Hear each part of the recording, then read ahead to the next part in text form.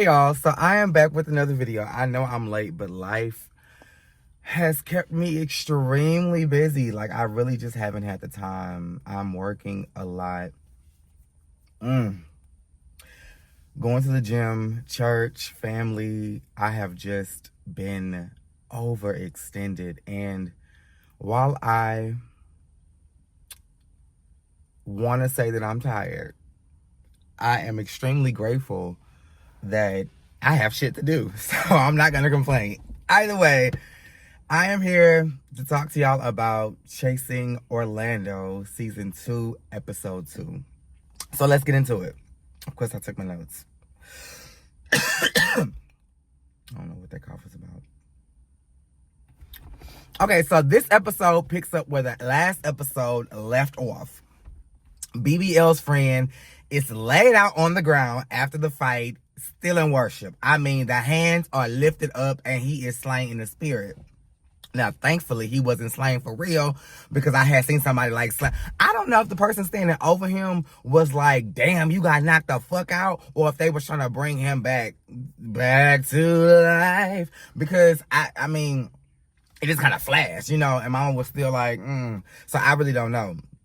Meanwhile, Sarah Jessica Parker. Now, okay, I tried to call him Max last episode because I thought we was turning over a new leaf. But YB said, hell no, ma'am, bitch. You called her Sarah Jessica Parker, so we gonna call her Sarah Jessica Parker.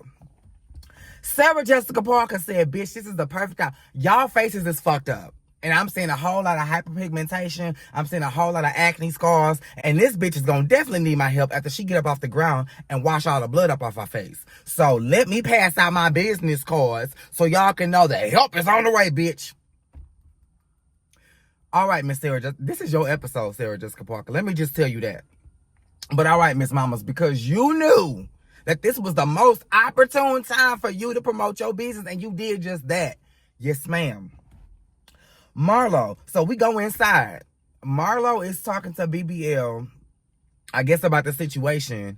And Sarah Jessica Parker walks in and is like, bitch, it's enough melee going on. Like, it's enough tragedy that has gone on this day. So, bitch, let's just keep the celebrations and the libations going. She comes in with her bottle of Hennessy and was like, y'all want a shot? BBL, let's take a shot. Marlo, you want to take a shot? Marlo said, bitch, before you take off, bitch. Judge, before you bang your gavel, we need to talk.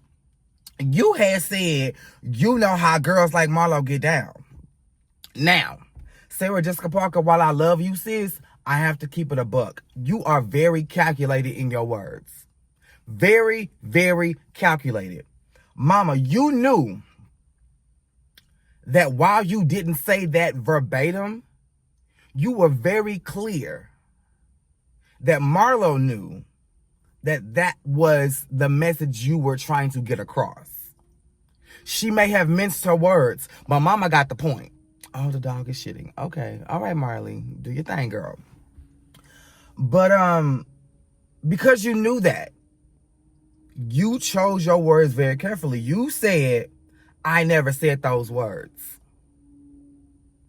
If you didn't say that, if you didn't mean that, if you didn't insinuate that, you would have said, bitch, I never said that. You got me fucked up, bitch. But you knew that's what you was getting at. But you knew the way you could weasel out is by saying, I never said those words. But Marlo knew you was nickel slick and had your penny changed. Because, bitch, she said, I heard you say it. You may not have said that verbatim, bitch. You trying to play semantics. But I heard you say it. You were on the phone with the promoter, and I was in the car with the promoter. So, although I wasn't on the phone, bitch, I heard every single word. Baby, Sarah Jessica Parker knew she couldn't weasel out, so she said, nevertheless. And she tried to, move on. Marlo said, no, nevertheless. Now, I will say this. And I'm not trying to be funny.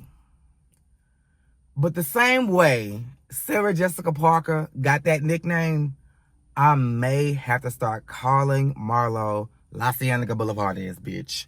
Because when she was standing up there talking to Sarah Jessica Parker and they gave us a wide shot,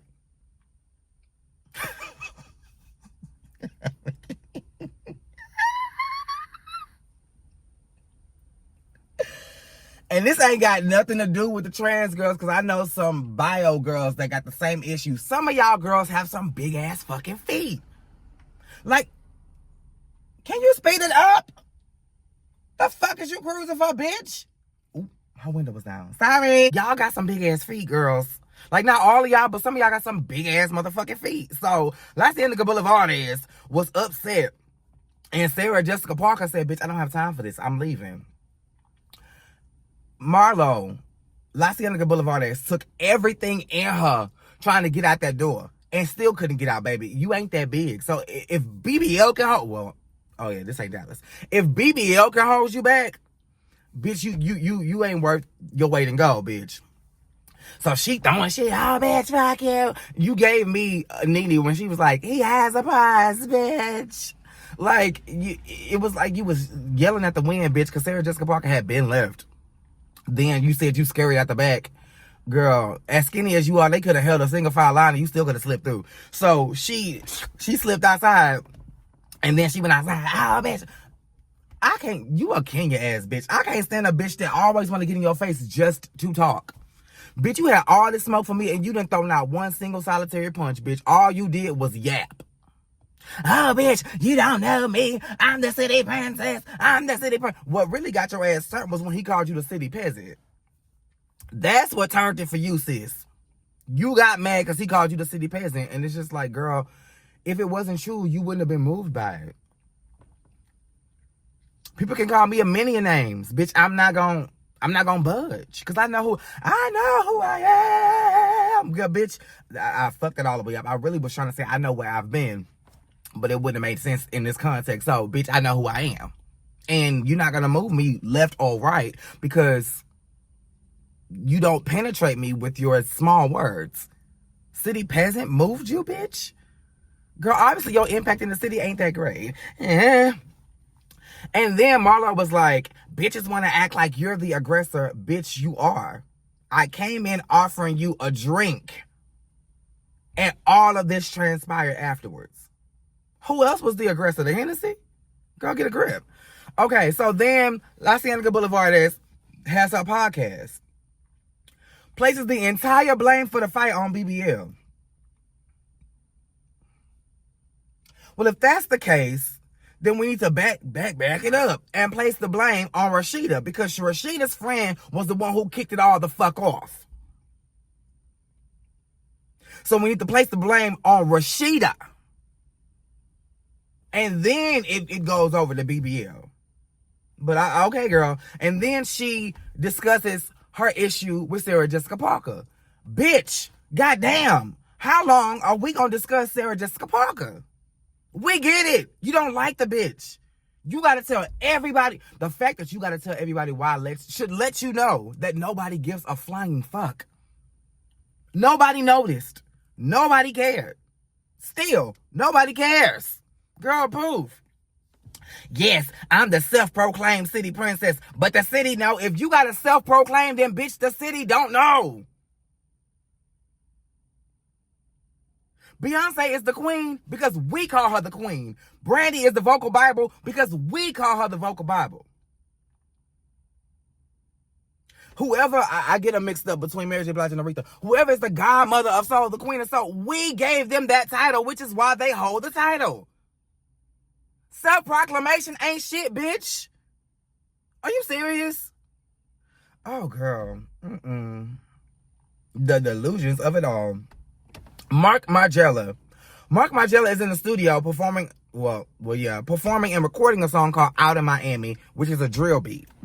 Girl, I love me a good drill, so...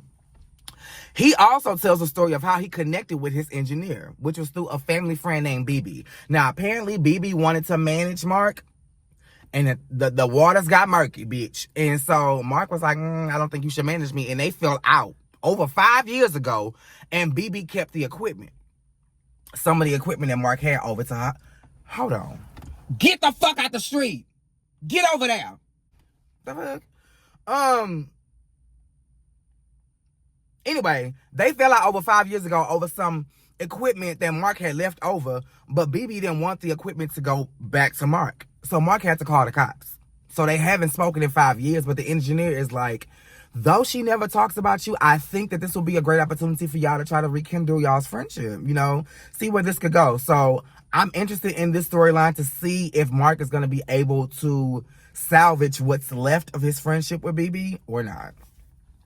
Sarah Jessica Parker invites BBL and Pablo to his home. Sarah Jessica Parker is feeling supremely depressed after losing his dad. I have never lost a parent, but I lost two of my brothers. And I was going to say both, but I have brothers that are outside of this marriage that I honor. Those are still my brothers. I understand because I still deal with it every day. One brother died in 2006. The other brother died in 2014. And I deal with it every day. There are times I see their birthdays or the day that they passed in time. I'll say something or hear something that reminds me of them. My older brother was also gay. So a lot of times, I guess we, well, come on, Kat. I guess we act alike. I know we act alike. And I know that my brother lives within, because a lot of times people that know us both will often refer to me as my older brother and be like, oh, I'm so sorry, Kat. I'm sorry. And I'm just like, it's okay. I get what you see because I feel it. So I get it. So then, because of his depression, he was kind of acknowledging that he was not always available. Sometimes Pablo would call him and he would ignore the calls. Again, I know how that feels. I've been in that place where you don't want to talk to nobody, you don't want to do anything, but at the same time, you still feel depressed, like nobody cares, nobody checks. It's just weird. I will say this. I'm dealing with this with my mother because my depression is hereditary. My grandmother has it, my mother has it, I have it. I'm going to say this, and it's going to sound harsh, but coming from somebody who deals with it, I'm coming from a place of love. Your happiness is your responsibility. Your depression is your accountability. What I mean by that is, nobody is responsible for making you happy. You are. That means do whatever it takes to make you happy. Go to the beach by yourself, go to a theme park, go out, paint the town if you need to, go to a concert, go hang out with your friends, go shopping, go out to eat, go watch your favorite movie. Whatever it takes to make you happy, you are responsible for that. Not your man, not your future man, not AO, not your family, not your friends. You are also accountable for your depression. If you can't manage it yourself, if you can't manage it naturally, it is up to you to get the help you need. You are grown. Yes, you can have family members and friends notice things about you and push you to get the help you need, but ultimately it is your decision, your choice. If you choose to go the antidepressant route, there is nothing wrong with that, baby. Do what you need to do to be your best self. But if you choose to go the holistic route and not do medicine, for me, it's breaking things down. When things piss me off, I instantly say, okay, I do one of two things. My first thing is, if I run into an issue, I see and acknowledge the problem. I can identify the problem. Now, what is the solution? I'm not finna sit here and harbor and press and dwell on my issue to only make myself feel worse about it. We know what the issue is. We know that it is an issue. What is the solution? Number two, if somebody makes you feel something and they trigger you, because right now I'm dealing with offense. I didn't even know that I was dealing with offense. I saw a sermon on YouTube, Pastor Mike Jr.'s brother. His name is Darius McClure. He was preaching this particular Sunday. I love both of those brothers. And he was preaching against the spirit of offense, preaching about the spirit of offense. And it really touched me because I was just like, oh my God, that's me. So now whenever somebody pisses me off, and it happened last night at work, bitch, I was like, okay, I'm feeling the spirit of offense. Why? Break that thing down. I'm feeling offended because I'm not supposed to be here. My job is over there. I have work to do over there. Also, I'm feeling offended because this is the second time I've had an interaction with this bitch that I don't like. Let's break that down. The first interaction happened because of this. And this happened. Cool.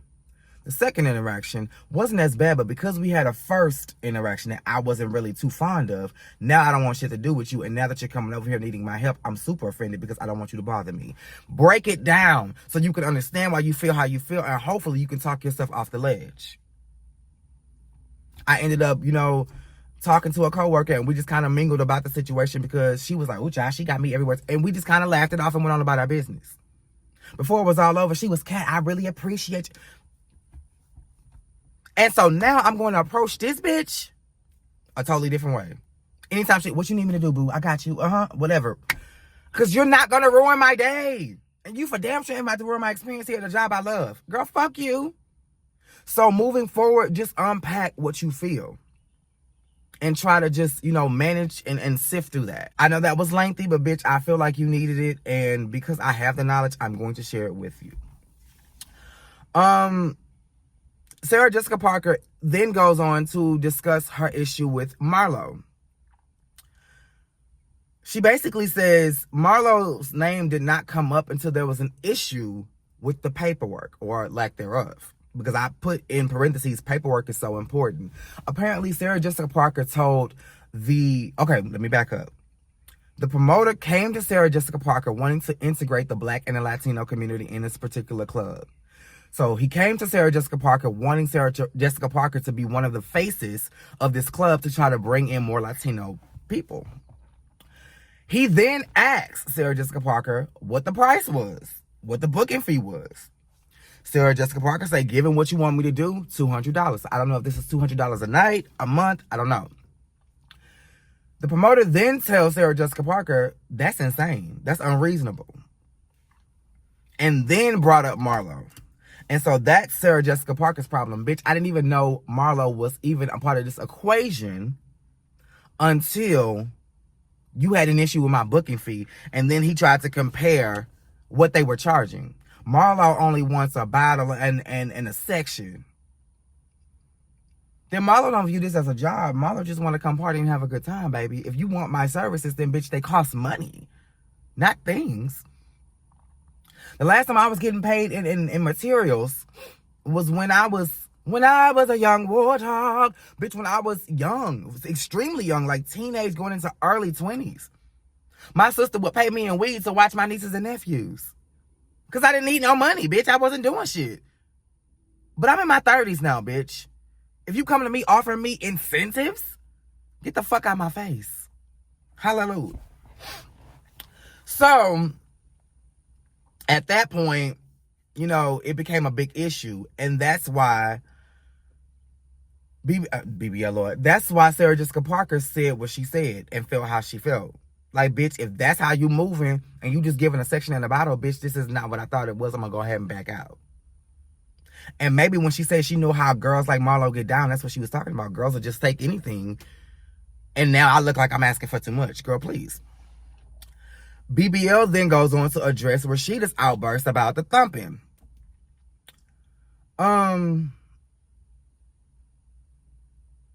Okay, I'll get to that later. And then, apparently, there are claims that Marlo has made that BBL is on drugs. BBL says his family got involved. They're asking him questions and they're concerned and all this and all of that. Now, I'm not going to beat nobody and kick them when they down. But I can say this. Perception is reality. So is your family concerned because of what Marlo said? Like, did your family actually see Marlo's tired ass life that nobody else has seen on earth? Or, like YB, did they just see you and assume that based on how you're acting and carrying yourself, you must be intoxicated or on something? Why is your family inquiring about you being on drugs? Because I doubt that it has anything to do with Marlo, because I doubt that anybody in your family watches Marlo's podcast. We're gay. We're black. We're part of the chasing realm. And I have never seen one of Marlo's podcasts. I never knew Marlo existed before this season. That's why the City Princess shit cackles me to bits, bitch. Because I know people in Florida. And even they don't know who Marlo is. I know people in Orlando, people in Miami, people in Tallahassee. Nobody knows you, girl. So, BBL, that's something to think about, baby. How are they coming to this conclusion? How are they drawing this concern? You know, maybe that's something to think about. And girl, you know, it's not far-fetched to believe that girls in your industry do little drugs just to take the edge off, to make them feel more uninhibited and more free on stage. It's not far-fetched. I'm not saying that you're on drugs, but it's not crazy to believe that you are because of what you do. I'm just being honest, and I love you, BBL. You know that, but I gotta be honest. Then he cried. He started to cry. And baby, he hit us with the Taraji P. Henson and Hidden Figures, bitch. He said, I work like a dog. And he broke down. Now, Pablo, I hope this does not sound sacrilegious. I really hope it does not sound sacrilegious. But nothing turns me on more than a man in worship. And when Pablo said, let's pray. Now, Cali, boy, I'm going to let you have it. Because, you know, Pablo said he had a reputation for slanging dick. And now Cali wants to hop on said dick. You got enough going on that I don't need to be involved in. So I'm going to just lust after you from afar. But plus YB wants you. And once one of my good girlfriends wants you, you're off limits to me. So, but it was very attractive to hear you stand up and say, let's pray. And then to hear you pray, baby, you ain't new to this. You true to this. And ooh, girl. Moving on. Rashida. Rashida is the CEO and the dancer of Foxtail, which consists of both trans women and biological women. And apparently, I guess these are dancers. I just came to dance. That's it. And, yeah, that's pretty much all we know. She, in this scene, is chilling with Marlo and Ayo. No, she's chilling with Marlo. And then Ayo and Fabio show up. Marlo then gets to talking about the whole pool party situation. And basically, she lands her point at, y'all need to control y'all friends. Cali is my cousin.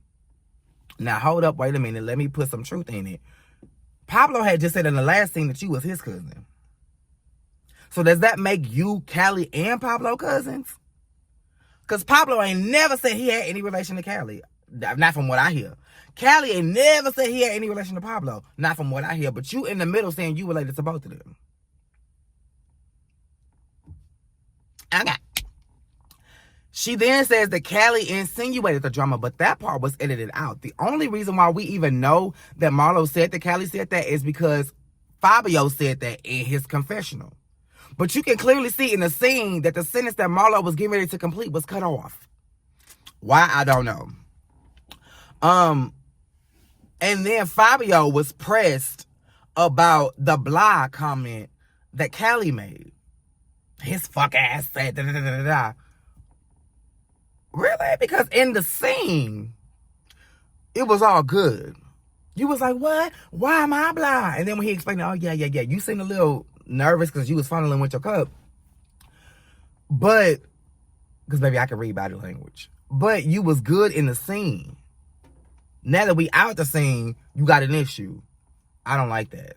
If you got an issue, have an issue right then. Now, I do understand how sometimes, because this happened to me before, probably within the last, 3 to 6 months, somebody had said something to me, and I took it, but once I processed it, I was like, now, bitch, hold the fuck up. And then it got me later. That can happen, so I'll give you grace this one time, but bitch, if this becomes a habit, Sarah Jessica Parker apparently was in an abusive relationship, according to Rashida. While that may or may not be true, I don't think, A, that's your place to say, especially if Sarah Jessica Parker has not come forward with that truth. And B, bitch, I would tread lightly when it comes to violence or trauma of any kind, because, bitch, the word thump alone gets you hot and bothered. So obviously there is something that has happened in your life that just the word gets you activated. So I would steer clear of any conversation leading to violence, trauma, or the like. Because, bitch, you are still unhealed in that area. Slow down, because you moving way too... Furthermore, when y'all was talking about this whole situation, was that an apartment or a fucking venue, bitch? I'm so concerned. When Marlo and Rashida was sitting in the corner, it looked like a club. But when they went to let Fabio and AO in, a residential door was open. So, bitch, explain. Girl. Pablo also has a podcast. And he decided to bring AO on as his guest. I don't know if this is his first guest or just a guest. AO gets to talking. Marley! Girl, she is a chihuahua. Why she is barking at people like she gonna actually do... Marley, shut up! Please, I'm working.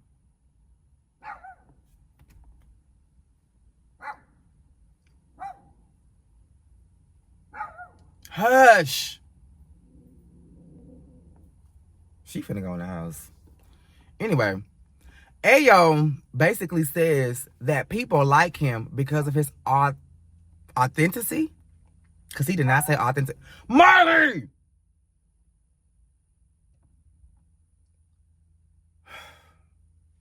He did not say authenticity.